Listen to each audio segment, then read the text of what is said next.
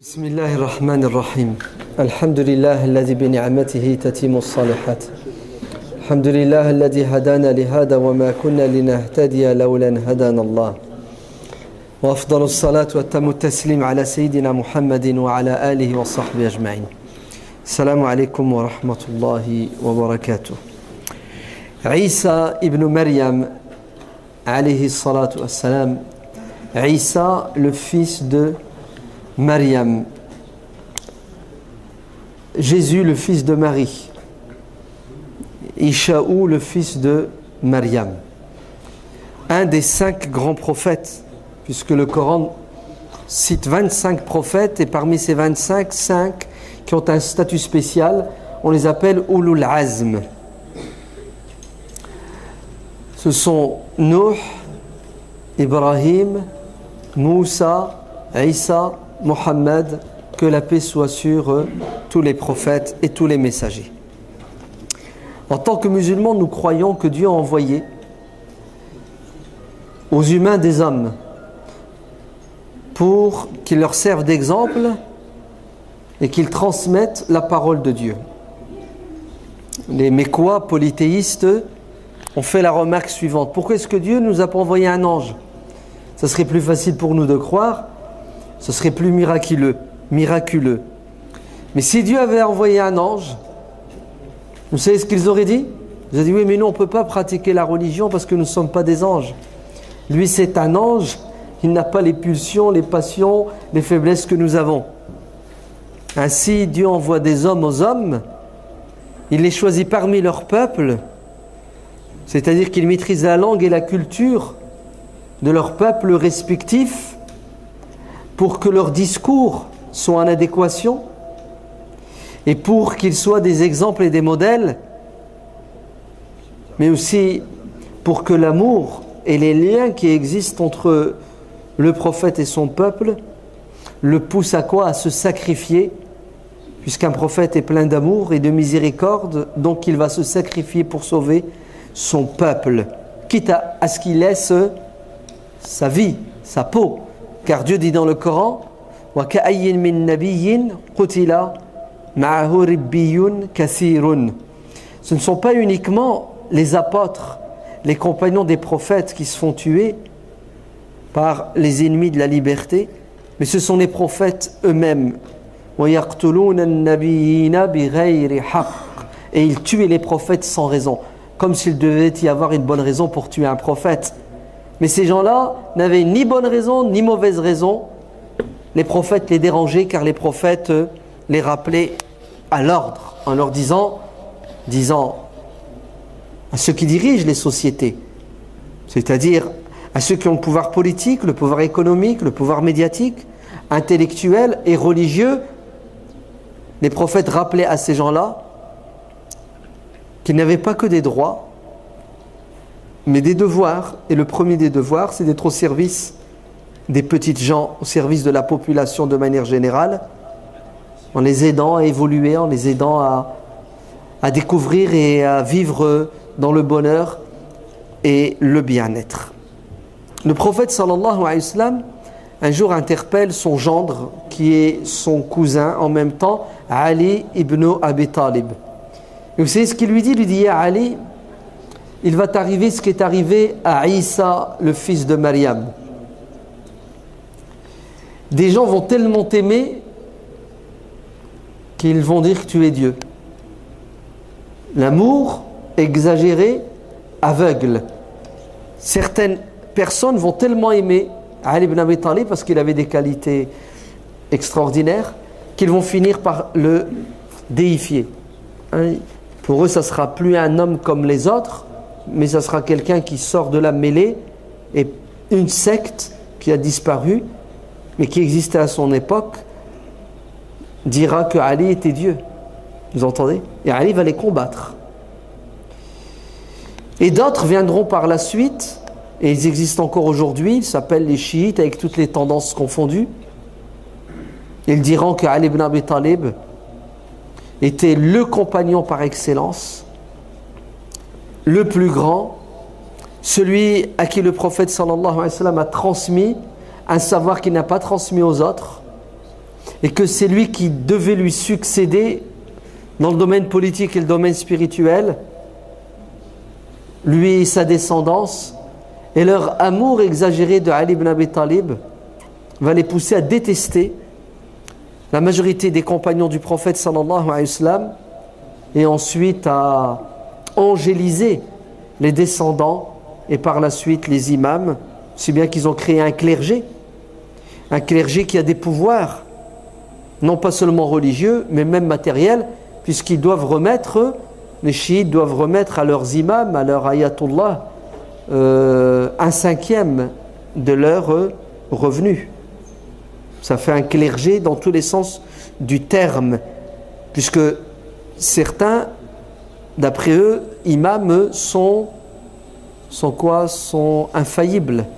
Les 12 imams sont infaillibles, et aujourd'hui, des gens comme Al-Khomeini, rahimahullah, ou ses successeurs, qui ont des liens et des contacts avec le 12e imam qui a disparu, ont aussi un statut bien particulier. Bref, sachez que Ali ibn Abi Talib va être respecté par la majorité des musulmans, aimé de manière exagérée, voire adoré par certains, comme c'est arrivé à Isa alayhi salam, puisque Isa va être aimé, respecté par ses apôtres, par ceux qui viendront par la suite et qui le reconnaîtront comme messager de Dieu, et tout doucement, les chrétiens vont finir par le considérer comme le fils de Dieu.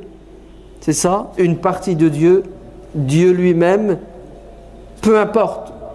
En tout cas, sachez que l'amour aveugle et la haine aveugle. Puisque le prophète sallallahu alayhi wa sallam a dit à Ali ibn Abi Talib, et d'autres te détesteront, te combattront, et dans un autre hadith, ils iront jusqu'à te tuer. Effectivement, Ali va être détesté et combattu par ceux qui encore un temps étaient ses élèves, avec qui il combattait ses ennemis politiques. Il l'aimait tellement, de manière exagérée, qu'ils ont fini par le détester, de manière exagérée, et ne plus être juste, que ce soit dans l'amour ou dans la haine.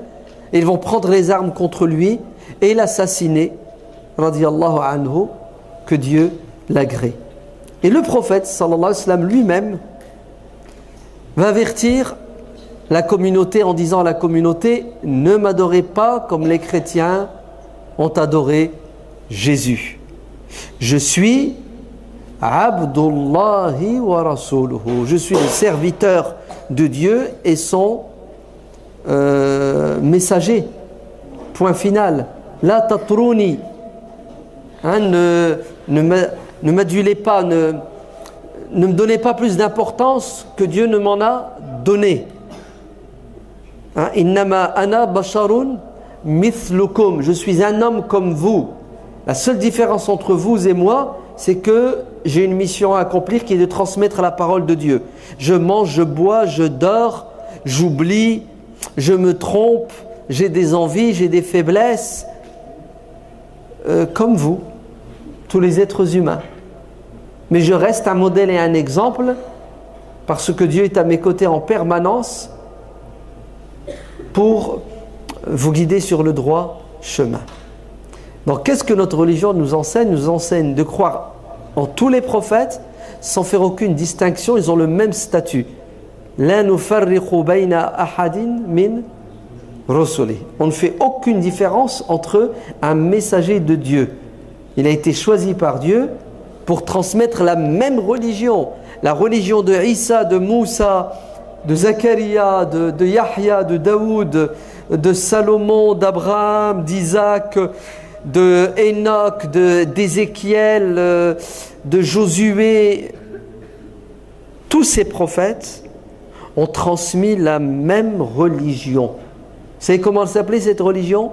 Elle s'appelait croire en Dieu et obéir à Dieu dans la paix avec soi-même et avec les créatures de Dieu.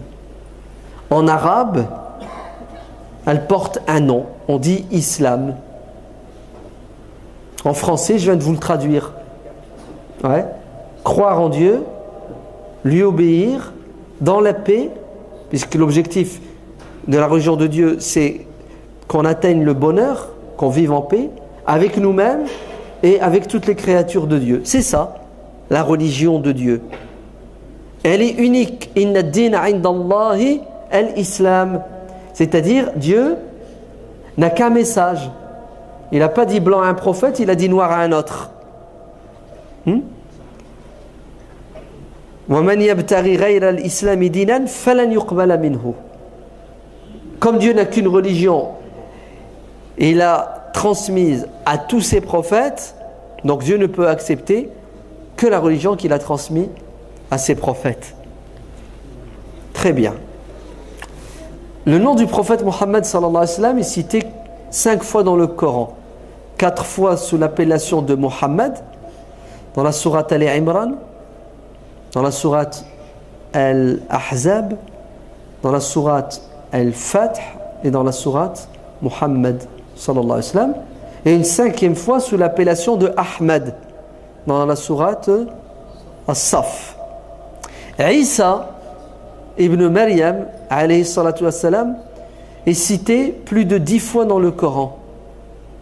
Et si vous voulez, 2 sourates qui relatent son histoire de manière détaillée, c'est la sourate Al-Imran et la sourate qu'a lu l'imam tout à l'heure, c'est-à-dire la sourate Maryam.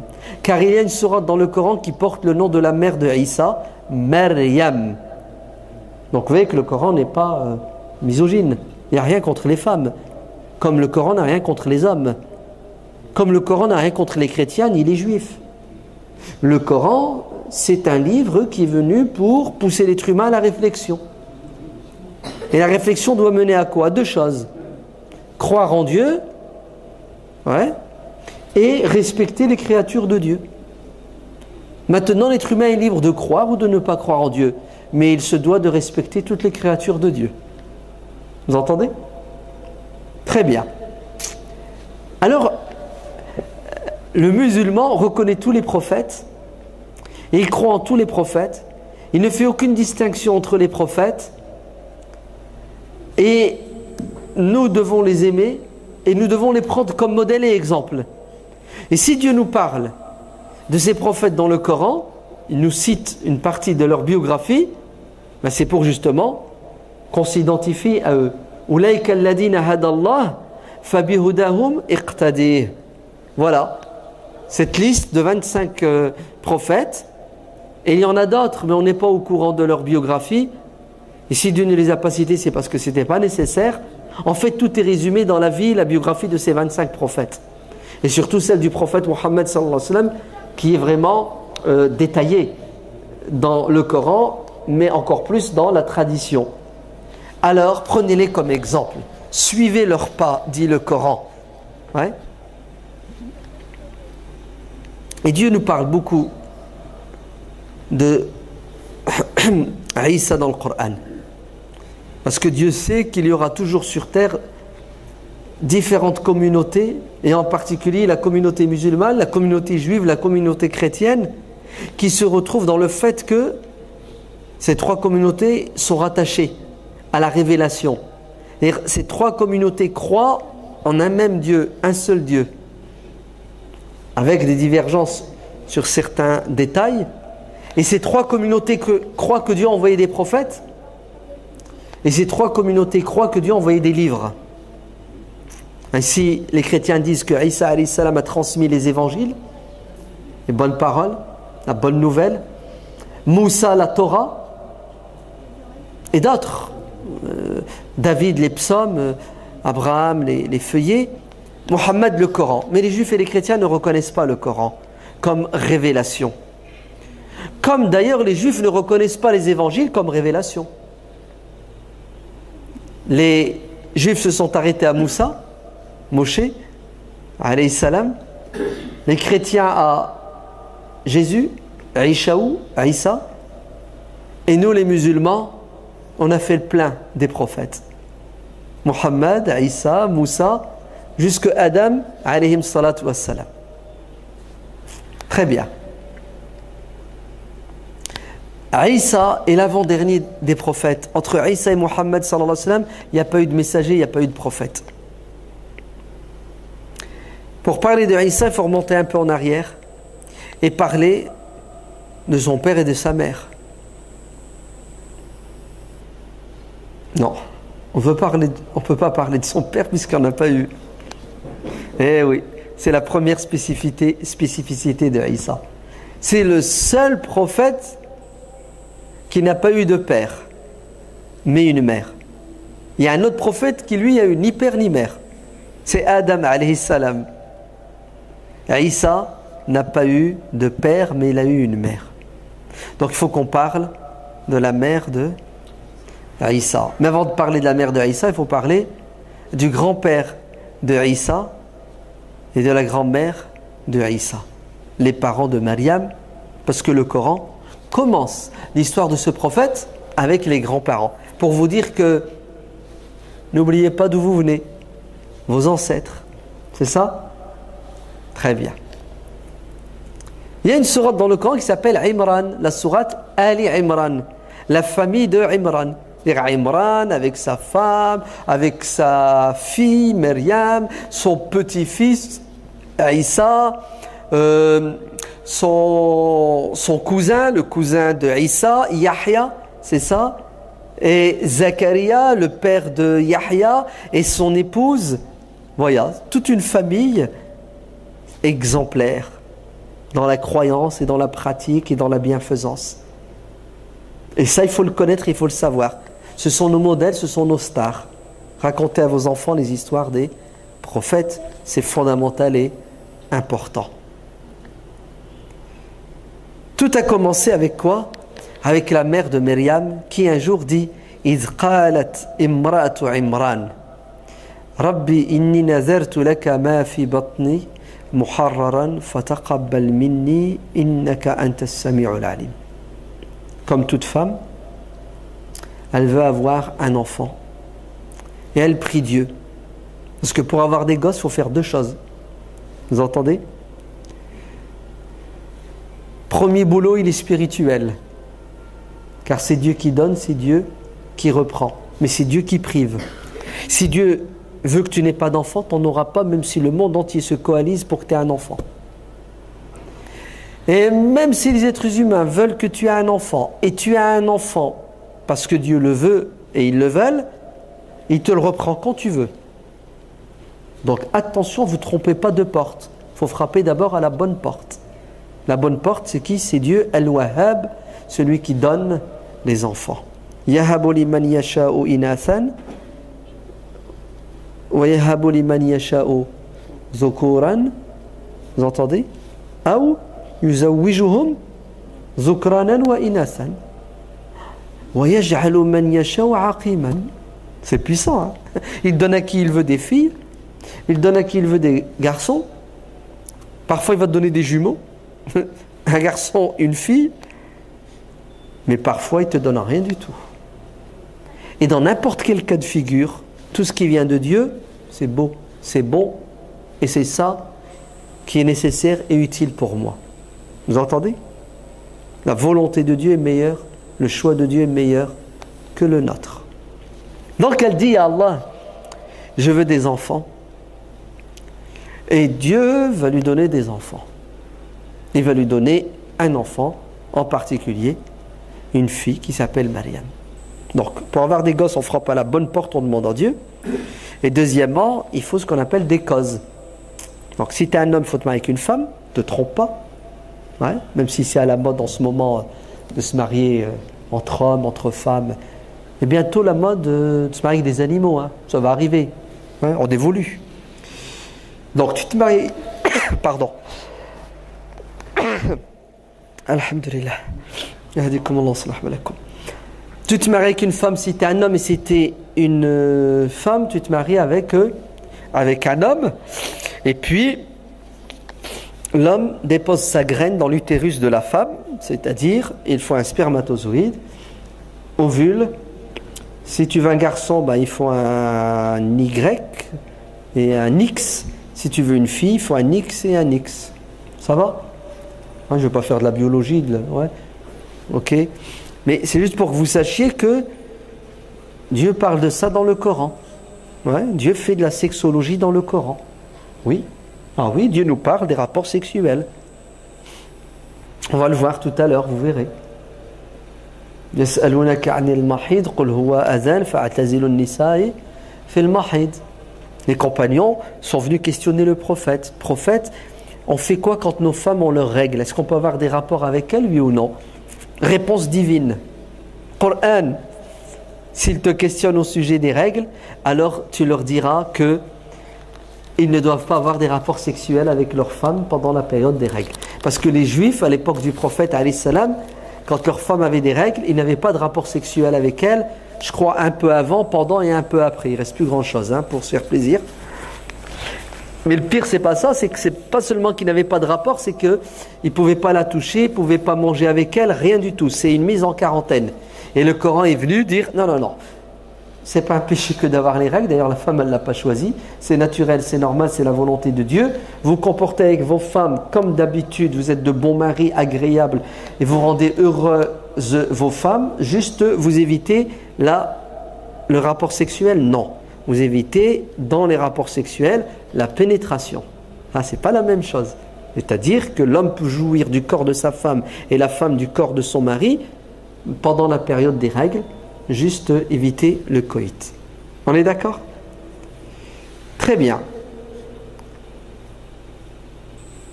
Elle veut des enfants, elle demande à Dieu, et en même temps qu'elle demande à Dieu, elle dit à Allah, si tu me donnes un enfant, je te promets que je vais tout faire pour que cet enfant soit un super musulman qui sera au service de ta volonté, ta religion, qui est, c'est quoi la religion d'Allah?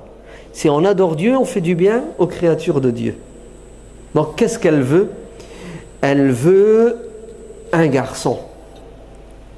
Et pas une fille. Pas parce qu'elle est misogyne, mais parce que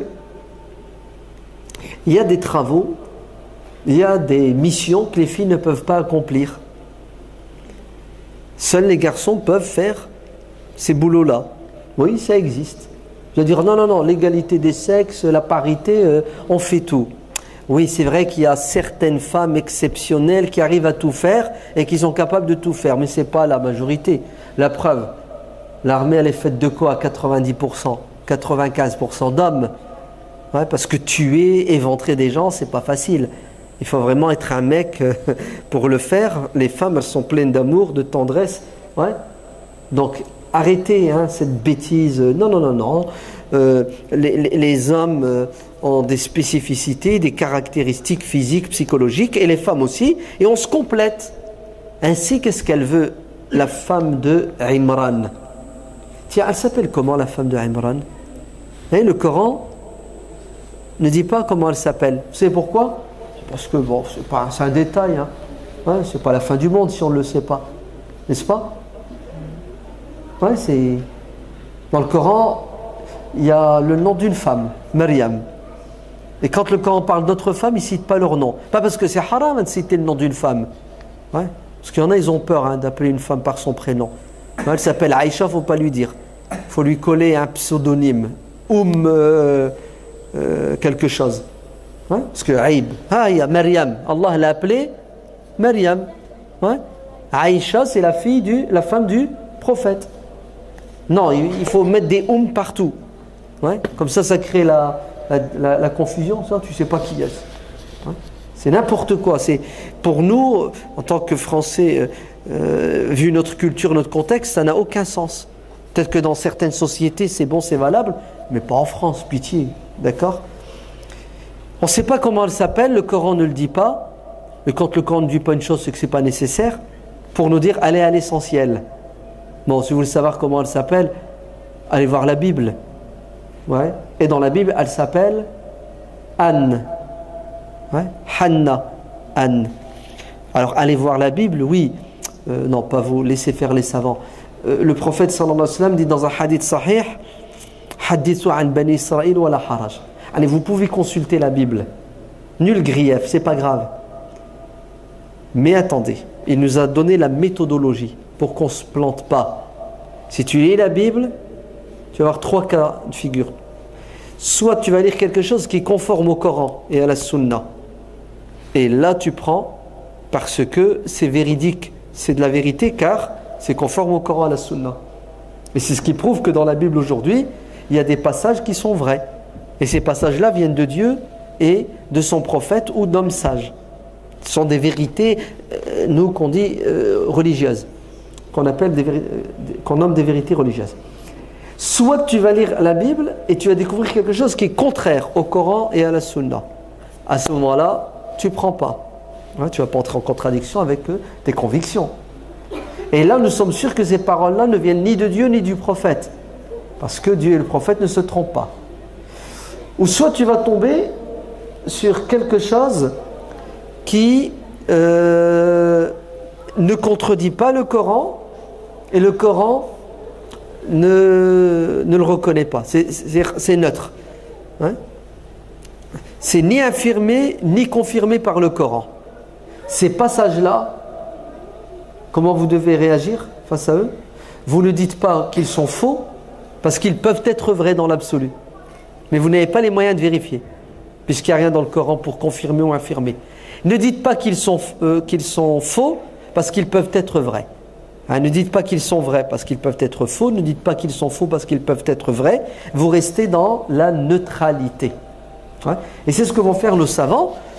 Ils vont utiliser la Bible, ouais, et les autres livres des Juifs et des chrétiens pour expliquer des passages du Coran. Et parfois, il va même y avoir des erreurs. Hein, ils vont prendre des passages qui sont dans la Bible pour détailler des passages qui sont dans le Coran qui, avec du recul, tu dis non, c'est n'importe quoi, c'est pas possible. Ok? Mais bon, ce sont des erreurs, tout le monde se trompe. Donc Anne, vous voulez qu'on l'appelle Anne? Ouais, c'est pas grave, la femme de Imran, elle a un souhait, c'est d'avoir des enfants, et elle fait un vœu, c'est que son enfant soit quoi? Soit un super musulman qui va être au service de la religion de Dieu. Ça va? Vous avez le même souhait, le même vœu?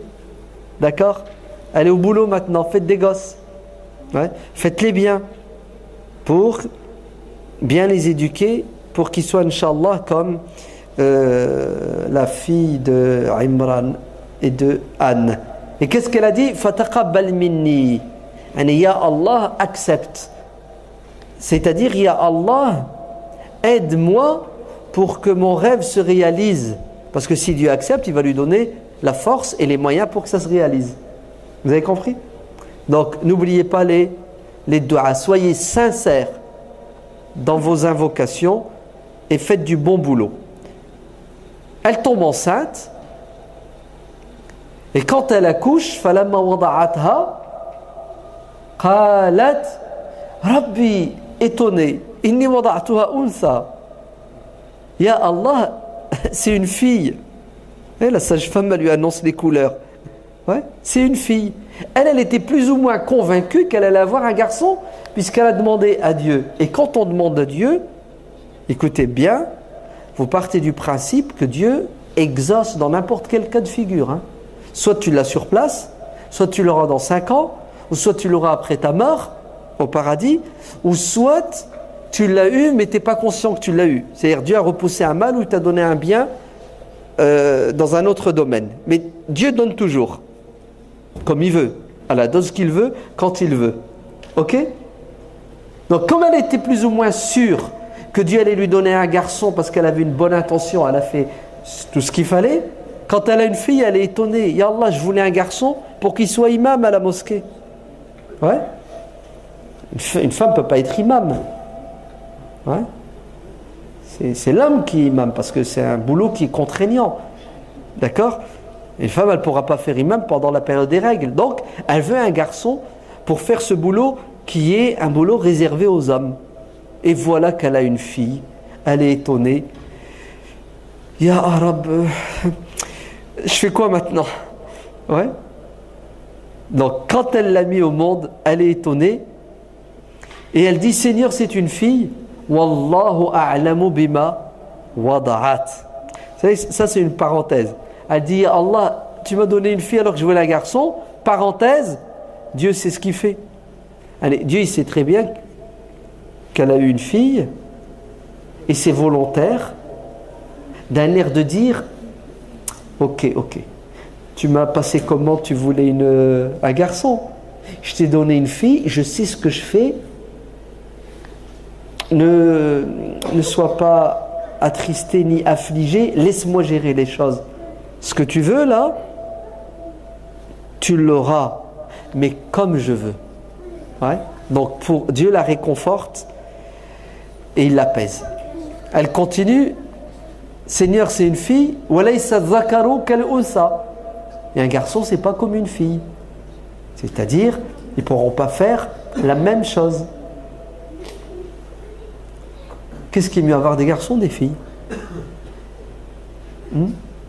Qu'est-ce que vous préférez, les garçons ou les filles? Rien. Les deux, 50-50. 5 garçons, 5 filles. C'est ça? Alors, en vérité, c'est une question piège. Ce qui est mieux, c'est ce que Dieu veut. Donc, j'ai envie de vous dire, laissez la nature faire. Astaghfirullah, la nature, laissez Dieu faire. Vous savez comment on parle, hein, l'influence. Laissez Dieu faire. Mais bon, vous avez quand même le droit de faire comme Hannah, demander un garçon pour des raisons bien spécifiques. Mais attention, si jamais vous demandez à Allah un garçon parce que vous n'aimez pas les filles, là vous faites un péché. Si vous demandez un garçon parce que vous avez des appréhensions, vous faites un péché. Là, vous êtes à côté de la plaque. Vous avez compris? C'est de la misogynie et l'islam condamne cela. La preuve, c'est que le prophète sallallahu alayhi wa sallam, pour corriger la mentalité des Arabes qui n'aimaient pas les filles, qui préféraient les garçons, vous savez qu'est-ce qu'il a dit? Celui qui aura 3 filles qui les éduque bien, elles le protégeront de l'enfer. C'est-à-dire, si il a des filles, il fait son travail, il les aime, il les éduque comme il se doit, il ne fait pas de différence entre elles et les garçons, c'est grâce à ça qu'il ira au paradis et son investissement, il est gagnant. Une femme interpelle le prophète en disant « Et si on n'en a que 2 ?» Il lui dit « 2 ». Ça marche aussi. « Et si j'ai qu'une fille ?» Si tu as une fille, tu fais du bon boulot, elle sera une cause de ton bonheur sur terre et dans l'au-delà. Et il y a un autre hadith qui est dans le Sahih de l'imam Muslim. Le prophète sallallahu alayhi wa sallam dit: celui qui éduque 2 filles, qui prend soin de 2 filles, ouais, bien comme il faut, hein, t'en fais des princesses, vous savez ce qui lui arrivera? Il sera avec moi au paradis. Il sera à mes côtés au paradis comme l'index est aux côtés du majeur. Et il a fait ça avec ses doigts. Vous connaissez le hadith de celui qui s'occupe d'un orphelin, qui paraît d'un orphelin, il sera à mes côtés. Il y a le même hadith pour celui qui a 2 filles et qui prend soin des 2 filles. Il sera aux côtés du prophète. Donc c'est une incitation, pourquoi? Pour demander des filles, c'est ça? Et bien s'occuper de ses filles, parce que c'est quoi une fille? C'est la vie par excellence, n'est-ce pas? Elle met de la vie dans la maison et en plus elle donne la vie après. Ouais. Bon, je ne vais pas m'attarder parce que ça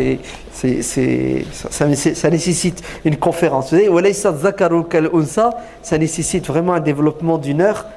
Très bien. Donc Dieu lui dit: t'inquiète Maryam, t'inquiète Hannah, si je t'ai donné une fille, je sais ce que je fais. Ce que tu as demandé, tu l'as eu. Pas comme tu voulais, comme je veux, et ce que je veux est meilleur que ce que tu veux. On est d'accord? Wa inni sammaytuha Maryam. Elle va lui donner le prénom de Maryam. C'est elle qui a choisi, hein? D'accord? Donc, qui va donner le prénom à l'enfant, le père, la mère, les deux? Ça, c'est à votre guise, hein? Vous faites ce que vous voulez, mettez-vous d'accord. Si vous n'arrivez pas à vous mettre d'accord, laissez faire le destin. Vous tirez au sort. Hein? Vous mettez les 5 prénoms, vous les bougez dans une boîte, et puis vous tirez, et si ça tombe sur l'un, c'est le destin, c'est Dieu qui l'a voulu. Elle est là, je suis heureuse de la voir, je lui donne son prénom. Wa inni u'izuha bika wa dhurriyataha min ash-shaytanir rajim. Et ya Allah, maintenant qu'elle est née, je te demande de la protéger du diable invisible et du diable visible. D'accord? Elle et sa descendance, c'est-à-dire Anne a le souci de l'éducation de son enfant, Maryam qui vient de naître, et de ses petits-enfants. Donc je vous annonce une bonne nouvelle: quand vous allez devenir grand-père et grand-mère, vous ne pourrez pas prendre votre retraite. Le boulot continue. Après avoir éduqué vos enfants, vous allez participer à l'éducation de vos petits-enfants. Et vos enfants auront besoin de votre aide parce que vous avez de l'expérience, vous avez du recul. Donc c'est de bonne guerre. C'est un très bon boulot. Allons-y. Ouais. Au boulot, parce que le bonheur réside dans le fait d'avoir des enfants et des petits-enfants. Et alors là, si vous avez des arrière-petits-enfants, c'est le top. Ouais. Mais attendez, il faut bien les éduquer, il faut bien les protéger de toutes sortes et formes de diablerie. Ouais. L'invisible est là, visible. Et à nouveau, elle demande l'aide. Vous avez vu? Avant d'avoir, elle demande à Dieu de lui donner. Maintenant qu'elle a, allez, après l'accouchement, tout de suite, elle entre dans le travail. Ouais, c'est-à-dire, elle fait des doigts. Et nous aussi, c'est ce qu'on fait, non? Quand l'enfant naît, le premier des soucis qu'on a, c'est lui faire la danne dans l'oreille droite. Vous avez vu? L'éducation, elle commence avant, juste après l'accouchement, et après, et jusque la mort, voire même si vous êtes capable de bosser après votre mort, c'est super. D'accord? فَتَقَبَّلَهَا رَبُّهَا بِقَبُولٍ حَسَنٍ وَأَنْبَتَهَا نَبَتًا حَسَنًا. Eh oui, parce que Anne était une femme pieuse qui a fait les choses dans les règles de l'art islamique. Allah a béni cet enfant, Maryam, et elle va grandir dans une bonne famille, dans une bonne ambiance. Quelle chance elle avait! Elle n'avait pas de télé, elle n'avait pas internet, elle n'avait pas d'iPhone, elle n'avait pas d'iPad, elle n'avait pas de tablette, elle n'avait pas ce qu'aujourd'hui on a en trop, qui détourne nos enfants, qui pollue l'esprit, qui détruit le cerveau carrément, même au niveau physique de nos gosses. Alors, je ne dis pas que tout ça c'est interdit, c'est la mauvaise utilisation, l'utilisation à outrance qui nous tue, qui nous détruit. Vous avez du boulot, Allah al-Adim, pour bien éduquer vos gosses aujourd'hui, parce qu'il y a trop d'interférences, il y a trop d'ondes, des ondes négatives. Très bien. Est-ce que son père est mort, Imran? Donc il faut de l'aide pour une bonne éducation. On ne sait pas, et le Coran n'en parle pas. J'ai envie de vous dire, on s'en fiche. Hein. Tout ce qu'on sait, c'est que cette fille va être prise en charge. Elle va être sous la tutelle d'un homme. En fait, son parrain, c'est ça? Elle va être parrainée par un homme qui s'appelle Zakaria. Wa kaffalaha Zakaria. Et ça n'a pas été facile, hein? Parce que des parrains et des tuteurs, il y en avait à gogo qui la voulaient, la petite Maryam. Attendez, c'est pas n'importe qui, c'est quand même la fille de Imran, c'est la fille de Anne, c'est-à-dire des gens qui sont réputés pour leur piété, etc. Donc tout le monde la voulait. Hein? Comme toi aujourd'hui, si je te propose deux orphelins, le fils d'un milliardaire et le fils d'un SDF, tu prends lequel? Allez, sois sincère. Non, lequel? T'as un choix. Hein? Hein? Un petit peu quand même. Le milliardaire avec un SDF. Ok, allez, vas-y. Mais il y en a beaucoup qui choisiraient le fils du milliardaire. Comme ça, il fait d'une pierre deux coups. Donc, tout le monde veut Maryam. Ouais. Et on fait quoi? On ne va pas la partager en 5 morceaux, la pauvre. Vous savez ce qu'ils ont fait? Oui, ils ont tiré au sort. Ils ont écrit sur un bout de papier les noms des tuteurs. Et puis, on a tiré au sort.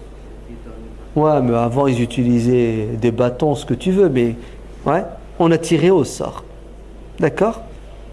Et c'est tombé sur qui? Sur Zakaria.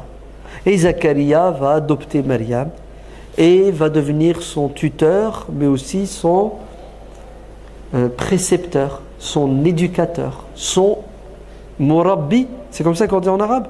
Son éducateur. Il va devenir son ribbi. Ouais. Son rabbi. Son rabbi.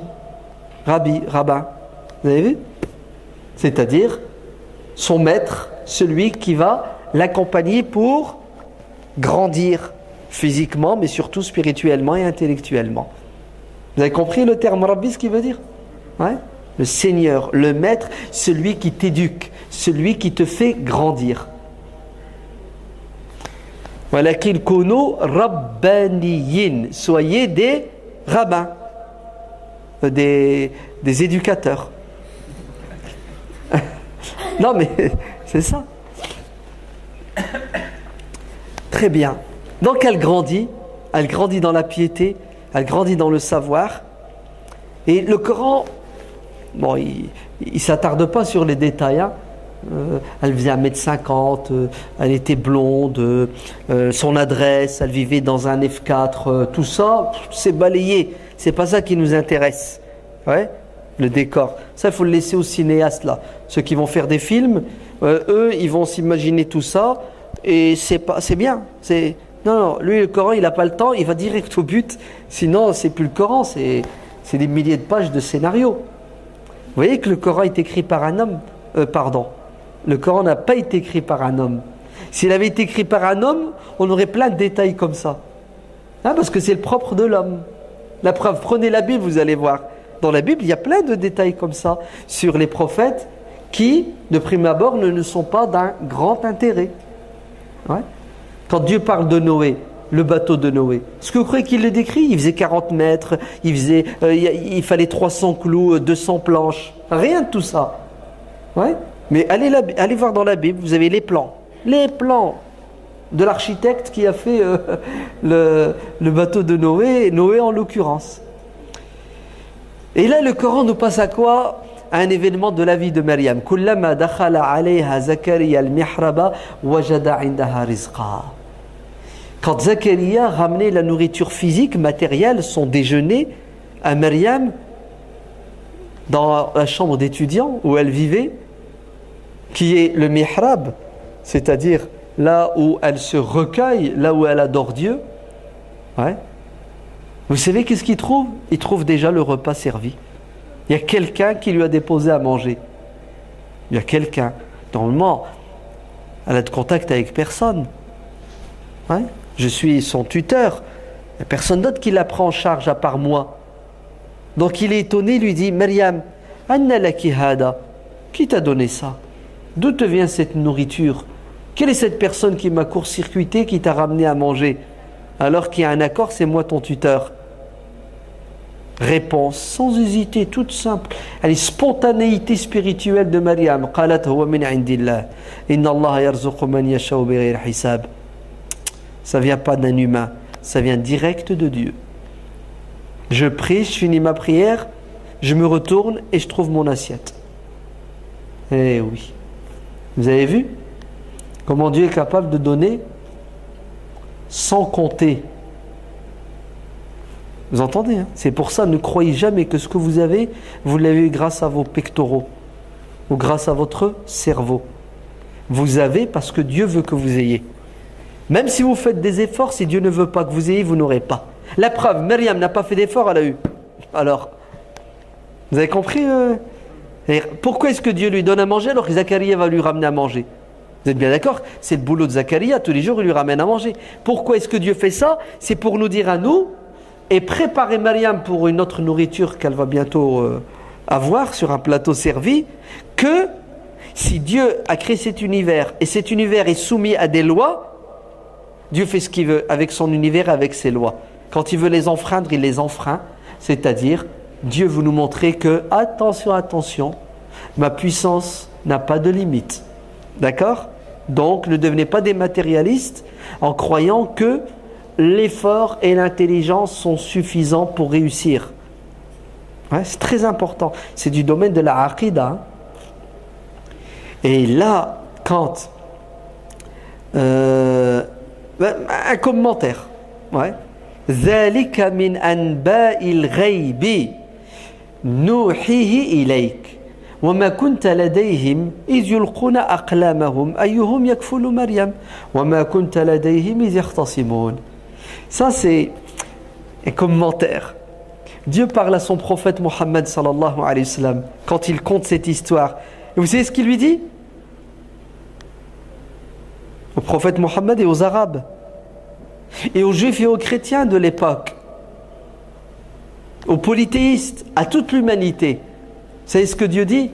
Ya Mohammed, tu n'étais pas présent, tu n'es pas un témoin oculaire, ni auriculaire, tu n'étais pas là.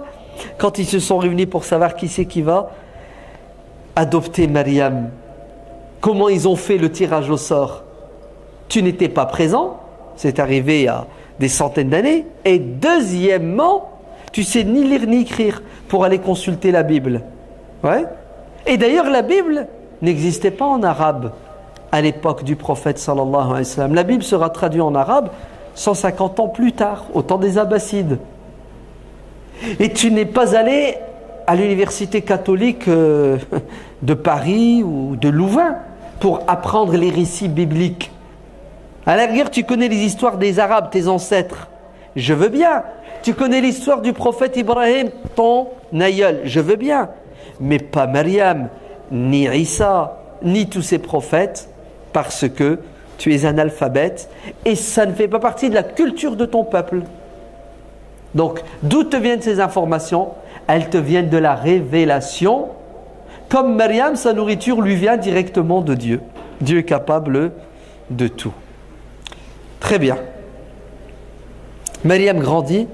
Elle grandit dans la piété, dans la prière. Elle est devenue une jeune femme. Et un jour, alors qu'elle est dehors, les femmes ont le droit de sortir hein, quand même. Ça va? Ok. La preuve, regardez, Maryam est sortie. Elle est dehors, elle rencontre un homme qui l'interpelle. Ouais. Ah, si Dieu le dit, elle sert d'exemple hein, quand même. Ouais. C'est pour ça, au-delà il y a des gens qui ont des postures et des positions, tu dis c'est pas possible, ils lisent pas le Coran. Ouais.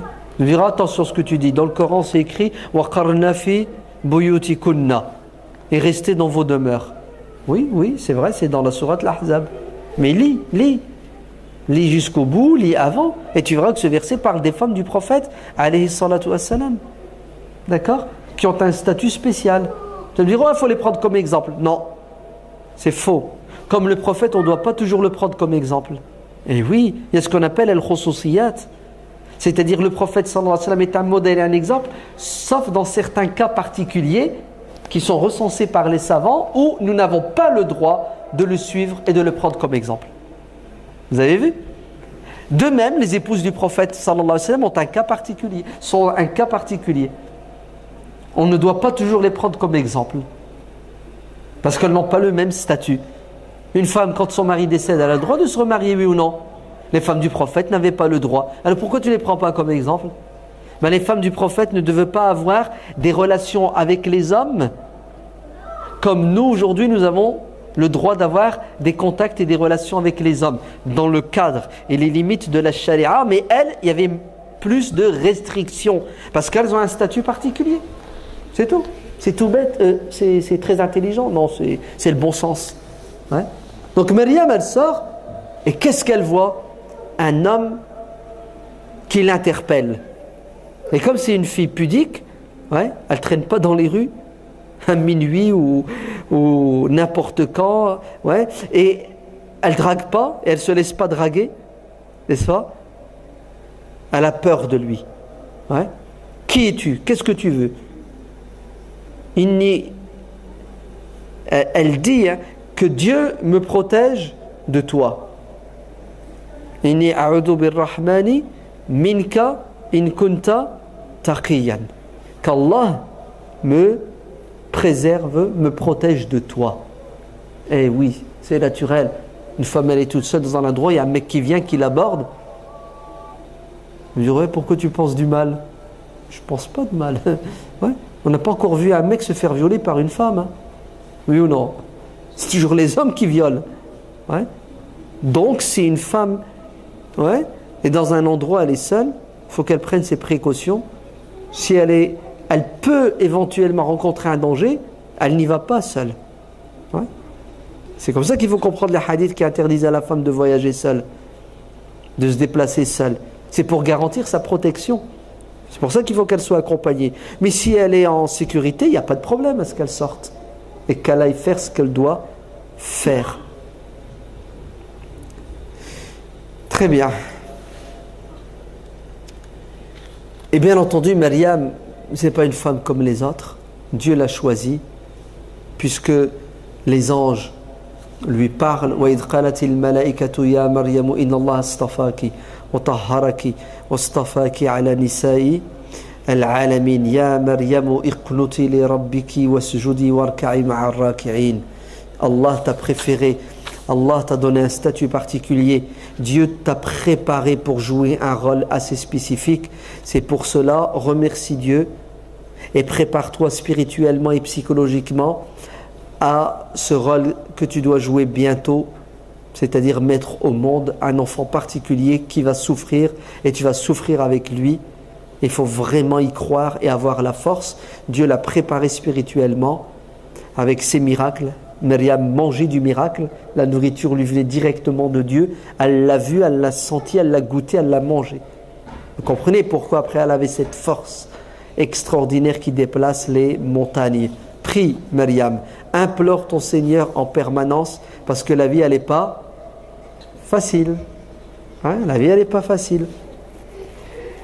Donc les anges annoncent à Myriam une bonne nouvelle. إذ قالت الملائكة يا مريم إن الله يبشرك بغلام بكلمة منه اسمه المسيح عيسى ابن مريم وجيها في الدنيا والآخرة ومن الصالحين ويكلم الناس ومن المقربين ويكلم الناس في المهدي وكهلا ومن الصالحين.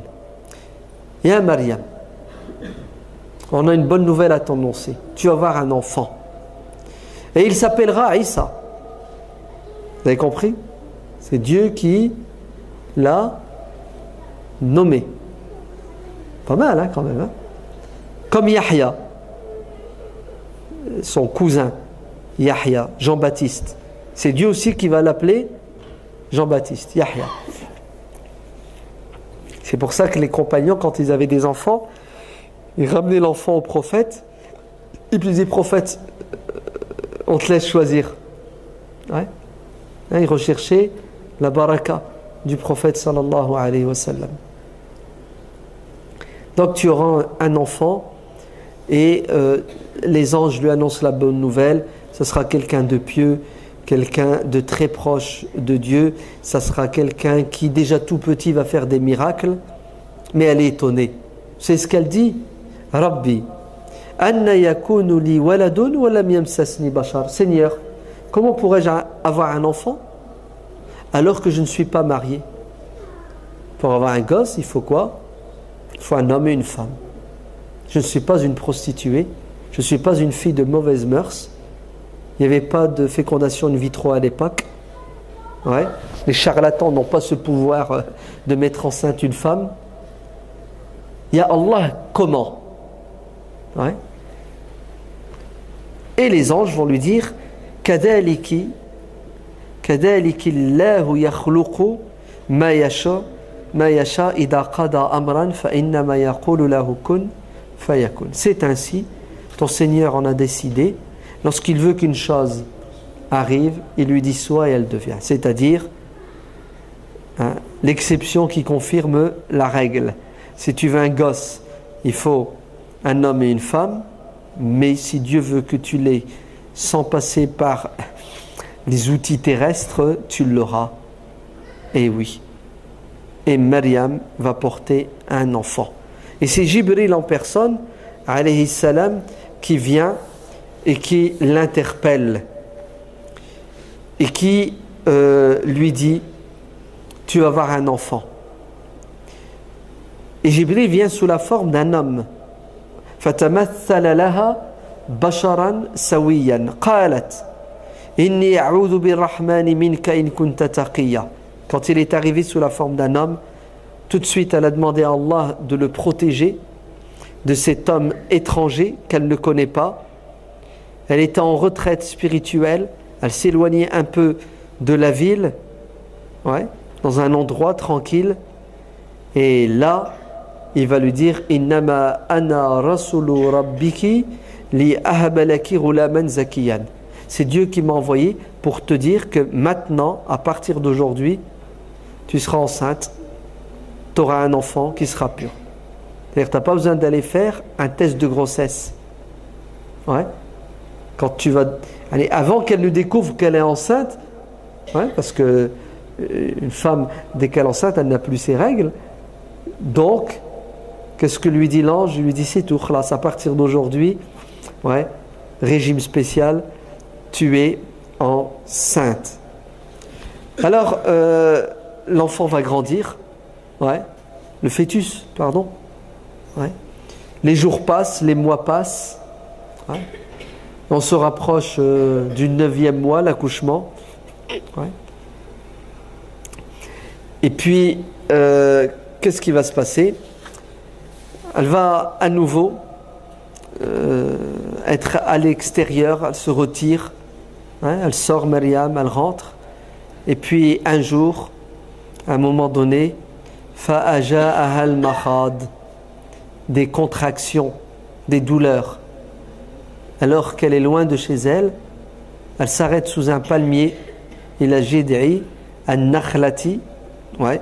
قالت يا ليتني مت قبل هذا وكنت نسيا منسيا. La douleur est tellement terrible qu'elle souhaite n'avoir jamais existé. Il n'y avait pas de péridurale à l'époque. C'est une jeune fille. Ouais. C'est la première fois. Elle est seule. Il n'y a pas sa mère ou une sage-femme pour l'aider. Vous entendez? Et c'est vrai que parfois la douleur elle est tellement terrible que tu souhaites la mort. Ouais. Donc imaginez-vous ce que nos mères endurent. Ouais. L'accouchement, c'est pas évident. Hein. D'ailleurs, il y en a qui meurent de l'accouchement. Et une femme qui meurt de l'accouchement est martyre, c'est ça? Et celle qui survit de l'accouchement est doublement martyre. C'est moi qui le rajoute ça. Ouais. Parce qu'après, elle doit s'occuper de l'enfant. Elle doit se sacrifier toute sa vie pour l'éduquer comme il se doit. Et elle va accoucher. Et alors qu'elle a mis au monde cet enfant, à nouveau, elle voit l'homme qui l'avait averti la première fois qu'elle était enceinte, c'est-à-dire l'ange Jibril alayhi salam. Et il l'interpelle, فَنَادَهَا مِن تَحْتِهَا أَلَّا تَحْزَنِي قد جعل ربك تحتك سريا وهزي إليك بجذع النخلة تساقط عليك رطبا جنيا. Alors certains savants disent que c'est l'enfant qui a parlé, le petit Isa qui vient de sortir de son ventre, qui lui dit maman, ne t'afflige pas, ne t'attriste pas. Si tu as soif, et à la soif, il y a un ruisseau là-bas, tu te mets debout, tu vas boire. T'as faim, tu veux des forces, regarde, tu es en dessous d'un palmier, fais bouger le tronc, fais tomber les fruits et mange-les. D'autres savants disent que non, c'est Jibril alayhi salam qui a parlé et qui lui a dit fakuli washrabi wa qarri aynan, bois, mange, fais-toi plaisir, reprends des forces. Bon, j'entre pas dans les détails sur le bienfait de manger des dattes, du sucre, le glucose, etc. parce que c'est trop long et les aiguilles de la montre sont sans pitié. Mais en tout cas, sachez qu'elle a mis au monde cet enfant et que Jibril va lui dire, alayhi salam, attention, les problèmes vont commencer. Les problèmes vont commencer. Ouais. L'accouchement dans la douleur et après on est content, on fait la fête. La haqiqa, c'est ça. Le bébé, on le présente en tout le monde, il y a les cadeaux. Elle fait un enfant et elle sait que à partir de maintenant, elle va galérer, elle va souffrir. Et la première galère, souffrance, va être causée par les siens, son peuple. Vous entendez? Ceux qui sont censés lui dire Mabrouk, félicitations pour l'enfant. Super, magnifique, Myriam, la fille de Imran, la femme pieuse qui mangeait de la nourriture paradisiaque. Myriam qui est réputée, elle nous a mis au monde un enfant miraculé, c'est ça? Miraculeux, un miracle en fait. Ouais, le petit Aïssa, c'est un miracle. Ces gens-là vont se faire un malin plaisir de la faire souffrir en l'accusant de la pire des choses dont une femme puisse être accusée, c'est-à-dire l'infidélité. Bon, on n'était pas mariés. Le manque de pudeur, le manque de piété, la fornication, zina. Eh oui. C'est-à-dire, t'es pas une fille sérieuse. Ouais. Et en plus, toute ta famille. Bon, c'est comme si je vous disais aujourd'hui, la fille de l'imam. Ouais. Elle est où? Elle fait la prostituée sur le trottoir de la mosquée. C'est un choc quand même, non? La fille de l'imam. C'est la même chose. Maryam, la fille de Imran. Il y a Ukhta Haroun, la sœur de Haroun. Est-ce Haroun, le frère de Moïse, qui était réputé pour sa sagesse, sa piété, le fait qu'il soit prophète, sa sœur spirituelle? Ou est-ce qu'elle avait vraiment un frère, un proche parent? Peu importe, on s'en fiche. En tout cas, ce que tu as fait, Maryam, c'est pas bien. Ok? C'est pas bien ce que tu as fait. Ouais. C'est honteux. Tu as tout trahi là. Tu as tout cassé en fait. On t'aimait bien, tu étais réputé. En fait, tu sais ce qui lui arrive, parce qu'elle fait la une de tous les journaux de l'époque. Il est où Isa alayhi salam? On ne sait pas, le Coran ne le dit pas. Bon, Nasera, hein, Nazareth. Jésus de Nazareth. Ouais. Oui. Elle fait la une. Le buzz sur Internet. Maryam a mis au monde un enfant alors qu'elle n'est pas mariée. Au lieu que ces croyants-là disent Allah est capable de tout, Maryam a déjà fait ses preuves. Rien. Vous voyez comment l'être humain est? Il aime bien les accusations, il aime bien la calomnie et il aime bien colporter et répéter ce que les gens disent de mal des autres. Il ne va pas s'abstenir et dire A'udhu billah, c'est pas vrai, c'est pas possible, Maryam elle est trop pieuse pour eux. Non. Hey, t'as vu, un tel il a fait, un tel il a dit. Hop, ça devient tout de suite une vérité indiscutable qui fait le tour de la planète. Ne tombez pas dans ces pièges. Vous entendez? Tous les êtres humains sont innocents jusqu'à preuve du contraire et vous n'avez pas à participer à la calomnie parce que c'est un péché grave. Et Jibril lui annonce les couleurs et il lui donne la solution au problème qu'elle va rencontrer. Tu vas être agressé, attaqué de toutes parts. On va te dire d'où vient ce gosse. Tu répondras à ces gens-là par le silence. Chut, ne dis rien. Tu as la conscience tranquille. Tu sais que tu n'as rien fait de mal. Tu sais que ton fils, il est la volonté de Dieu. Ces gens-là, tu as beau leur parler, ils ne t'entendront pas parce qu'ils ne veulent pas. C'est pas parce que ils sont convaincus que tu es mauvaise. Ils sont comme ça. Ils ont déjà tué des prophètes avant. Donc toi, fille de prophète, sans problème, ils vont te faire ta peau. Ils vont te la faire au niveau moral, mais ils vont te la faire aussi au niveau physique. Donc, ne leur parle pas. Tu as un avocat commis d'office. Il s'appelle Aïssa. Il a quel âge? Combien d'années d'expérience il a? Il est sorti de quel barreau? Barreau de New York, de Paris? Un bébé. Vous entendez? Il a quelques heures. Sa mère rentre en ville. La foule. Ouais. Les gens ils aiment bien se mettre autour. Maryam, d'où vient ça? Et là, elle leur fait signe, puisqu'elle ne peut pas parler, elle ne doit pas parler. Elle utilise le langage des signes. Fa'asharat ilay. Moi, je ne vous répondrai pas. Ouais, je jeûne. C'est-à-dire, je ne dois pas m'exprimer. Parlez-lui, posez-lui la question. C'est lui qui est le mieux placé pour savoir qui est son père. Le X, c'est moi. Y, c'est quelqu'un d'autre. Demandez-lui d'où vient l'Y. Il leur dit, tu te moques de nous, tu nous prends pour des fous. Tu veux qu'un gosse parle? Un gosse, ça ne parle pas. Un enfant d'un mois, d'une journée, de quelques heures. Et là, l'inattendu.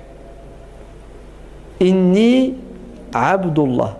Et le premier mot, la première phrase qu'il prononce, je suis le serviteur de Dieu. C'est-à-dire, je suis un être humain soumis à Dieu. Je suis l'esclave de Dieu.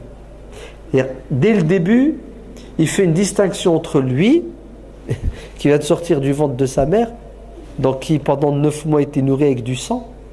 Maintenant, il a tété le sein de sa mère. Ouais. Il doit aller aux toilettes, c'est ça? Il respire. Ça ne peut pas être Dieu, ni un demi-dieu. Donc vous savez ce qu'il dit aux gens? Il dit, attendez, ne vous trompez pas. C'est parce que je parle maintenant, et que je suis né sans père, que vous devez me donner le statut de Dieu, car de Dieu, demi-dieu. Je ne suis rien de tout cela.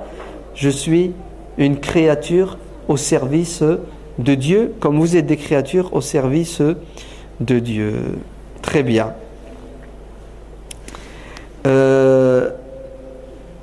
نعم إني عبد الله آتاني الكتاب وجعلني نبيا وجعلني مباركا أينما كنت وأوصاني بالصلاة والزكاة ما دمت حيا وبرا بوالدتي ولم يجعلني جبارا شقيا والسلام علي يوم ولدت ويوم أموت ويوم أبعث حيا. Regardez, premier discours de Sayyidina Isa alayhi salam. Je suis le serviteur de Dieu, primo, prophète, messager, j'ai un message à vous transmettre, un livre. Je suis choisi par Dieu et vous allez voir que je vais vous faire du bien. Et toute ma vie, je m'efforcerai à faire la prière, à donner aux pauvres et à être bon avec ma mère et surtout ne pas tomber dans quoi? Dans l'orgueil et l'arrogance, si bien que je devienne un despote et un tyran et que la paix soit avec moi de mon vivant et après ma mort et le jour de la résurrection. Regardez, il est né, il leur a dit qu'il était un être humain, même si sa naissance est miraculeuse, ça ne fait en aucun cas de lui un Dieu. Et il répète à la fin, la conclusion, je vais mourir. C'est ça? Et je vais être ressuscité. Attends, si je suis mort et ressuscité, ça veut dire qu'il y a un Dieu qui me donne la mort et qui me ressuscite. Donc pourquoi vous dites que je suis Dieu? Et en fait, il fait de la prévention spirituelle et intellectuelle. D'office, il les met en garde contre un égarement manifeste. Car on dirait qu'il savait déjà, en fait... Oui, il sait, puisque ce qu'il a dit, c'est pas son intelligence, c'est Dieu qui parle à travers lui. Ben oui, Dieu savait qu'ils allaient s'égarer de cette manière, alors il les préserve, il les protège. Et subhanallah, normalement, c'est miraculeux dans tous les sens du terme. C'est-à-dire, il a un jour, il a quelques heures, il parle, c'est un miracle. Et vous vous rendez compte de ce qu'il dit? Mais le contenu lui-même, il est miraculeux. Et malgré ça, les gens vont quand même s'égarer. Vous vous rendez compte? Donc croyez pas que pour que quelqu'un croie et ne désobéisse pas à Dieu, il faut qu'il voie Dieu. Ouais? Parce qu'il y en a qui disent ça. Ils disent, ah moi si tu veux que je croie, il faut que je voie. Tu es un menteur. Regardez ce qu'ils ont vu. Ouais? Ça ne les a pas poussés à croire. Lan nu'mina laka hatta nara Allaha jahratan. Ils ont dit à Moussa, on ne croira pas tant qu'on n'aura pas vu Dieu. Attends, c'est grave. Dieu vous a donné 1001 preuves de son existence et vous êtes toujours aussi incrédule? Oui, l'être humain, subhanallah, il est disputeur. Wa kana al-insanu akthara shay'in jadalan. Ouais, il polémique. Et voilà, Maryam, elle doit affronter qui ça? Pas les étrangers, les siens, pour essayer de les convaincre que Aïssa est le fruit de la volonté de Dieu. Qu'est-ce qu'elle a dû souffrir, Mskina? C'est dur quand même. C'est pour ça Dieu l'a préparée pour qu'elle puisse endurer. Et le petit Aïssa va grandir. Et Aïssa alayhi salam, c'est le seul prophète qui a été missionné avant l'âge de 40 ans. Car Dieu dit dans le Coran que les prophètes sont choisis à 40 ans pour transmettre la parole de Dieu. Aïssa, lui, il a commencé à transmettre la parole de Dieu à quel âge? À quelques heures de sa naissance. Et ce, pendant... la Bible, elle parle de 33 ans. Non, il y a un hadith aussi du prophète alayhi salam qui dit qu'au paradis, on aura tous l'âge de Isa quand il a quitté la terre, 33 ans. Donc Isa a été prophète pendant 33 ans de 1 heure jusqu'à 33 ans. Et qu'est-ce qu'il va faire à votre avis? Il va faire le travail de tous les prophètes. Rappeler les gens à l'ordre. Les rappeler à l'ordre. Hein. C'est-à-dire, Isa est envoyé à un peuple qui est déjà croyant. On les appelle les Banu Israël. Les descendants et les fils de qui? De Jacob. Ya'qub, qui est lui-même le fils de Ishaq, qui est lui-même le fils de Ibrahim. C'est ça? Donc, Isa n'a pas été envoyé à des Samaritains, des kuffars, des non-croyants. Il a été envoyé aux Juifs, aux enfants d'Israël, il a été envoyé aux rabbins, aux imams de l'époque, ouais, qui ne jouaient plus leur rôle, aux imams de l'époque qui étaient pervertis, aux imams de l'époque qui avaient un statut qui leur autorisait à exploiter les gens. Et Sayyidina Isa, toute sa vie, ça va être un bras de fer entre qui et qui? Entre la vérité et le mensonge, entre la vérité et l'hypocrisie. Et oui, les pharisiens, le sang et drain. Un clergé, ça va, vous avez compris? Un clergé qui, malheureusement, utilise la religion pour des fins personnelles. L'habit ne fait pas l'imam, d'accord? Ni le rabbin, ni le moine, ni tout ce que vous voulez. Ce qui compte, ce sont les actes, les paroles, et non pas les costumes, les accoutrements et les discours vides qui ne sont pas suivis d'action. Les chrétiens disent que Isa avait un père. Non, il y en avait plusieurs. Le père qui est dans le ciel, Dieu. Ouais. Alors, si Dieu c'est le père de Isa, à ce moment-là, il est le père de tout le monde. C'est-à-dire de vous et moi. Ouais. Et Isa est le fils de Dieu, comme moi je suis le fils de Dieu et toi tu es le fils de Dieu. Quand vous lisez la Bible, fils de Dieu, vous savez ce que ça veut dire? Abdullah. Ouais, c'est une formule, c'est leur langage, leur manière de parler. Abdullah, celui qui obéit à Dieu. Comme un enfant obéit à son père, c'est ça? Comme un enfant doit écouter son père, comme il y a une relation intime entre le père et l'enfant, on doit tous être les enfants de Dieu. Et Dieu est notre père. Ça va? Ça ne vous dérange pas? Mais en vérité, la plupart des chrétiens disent que non. La relation entre le Fils Jésus et Dieu le Père, c'est pas la même relation qu'entre moi et Dieu. Moi le Fils et Dieu mon Père. Isa est dans une autre catégorie. C'est un fils pas comme les autres, et Dieu est son Père, mais pas un Père comme les autres. Alors, je ne vais pas vous faire de la théologie chrétienne, c'est pas mon domaine, mais en tout cas, sachez que les chrétiens disent que Isa c'est le fils de Dieu, pas au sens le serviteur de Dieu, mais au sens... alors là, ils divergent. Certains disent c'est son fils physique, d'autres disent c'est son... Bref, c'est tellement complexe et compliqué comme ils le disent. On n'est pas là pour apporter une critique.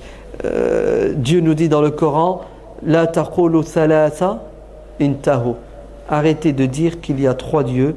Arrêtez de dire qu'il y a trois divinités, que c'est une seule divinité. Il n'y a pas de relation physique entre Dieu et sa créature. Dieu c'est Dieu, Isa c'est Isa. D'accord? Ouais. Et si vous dites que Isa n'avait pas de père biologique, donc son père c'est Dieu, et Adam, alayhi salam, lui non plus, il n'avait pas de père. Inna matala Isa indallahi ka matali Adam. Ouais. Et c'est ce que Dieu dit dans le Coran. Si vous dites que Isa, son père c'est Dieu parce qu'il n'avait pas de père, donc Adam a aussi un père, puisqu'il n'avait pas de père biologique. Et ce père, donc, c'est Dieu. Donc, vous n'êtes pas sorti de l'auberge. Isa, c'est comme Adam. Si vous faites une différence entre Isa et Adam, c'est que vous êtes incohérent, vous n'êtes pas logique. D'accord? Qu'est-ce que j'allais dire? Subhanallah.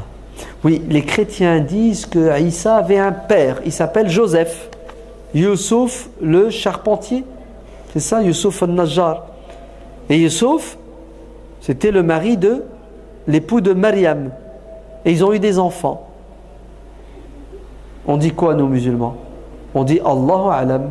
Non, on dit Allahu alam. Peut-être que Mariam, après, elle s'est mariée. Et qu'elle a eu des enfants. On ne sait pas. Le Coran ne le dit pas. Le Coran ne dit pas qu'elle en a eu, qu'elle s'est mariée, qu'elle a eu des enfants. Et il ne dit pas non plus qu'elle n'en a pas eu de mari ni d'enfant. Donc, qu'est-ce qu'on dit? On dit, on ne sait pas. Et entre nous, ça ne change rien. Qu'elle ait eu un mari ou non, des enfants ou non, ça ne change rien. Et si ça devait changer quelque chose pour nous, Dieu l'aurait dit. D'accord? Donc, on n'entre pas dans ces considérations généalogiques de livret de famille, parce que ce n'est pas notre préoccupation et notre... ouais. Qu'est-ce qui va se passer après? Qu'est-ce qui va arriver à Sayyidina Isa? Est-ce qu'il est mort? Est-ce qu'ils ont essayé de le tuer et il n'est pas mort? Est-ce qu'il va revenir à la fin des temps ou il ne va pas revenir? Tout ça, on en reparlera une autre fois parce que le temps est sans pitié. On va s'arrêter ici. L'histoire de Isa n'est pas finie, elle est encore longue. Il y a encore beaucoup de choses à tirer. On fera une partie 2, Inch'Allah, une autre fois. Wallahu alam, walhamdulillahi rabbil alamin. Wassalatu wassalamu ala rasulillah wa ala alihi wa sahbihi ajma'in.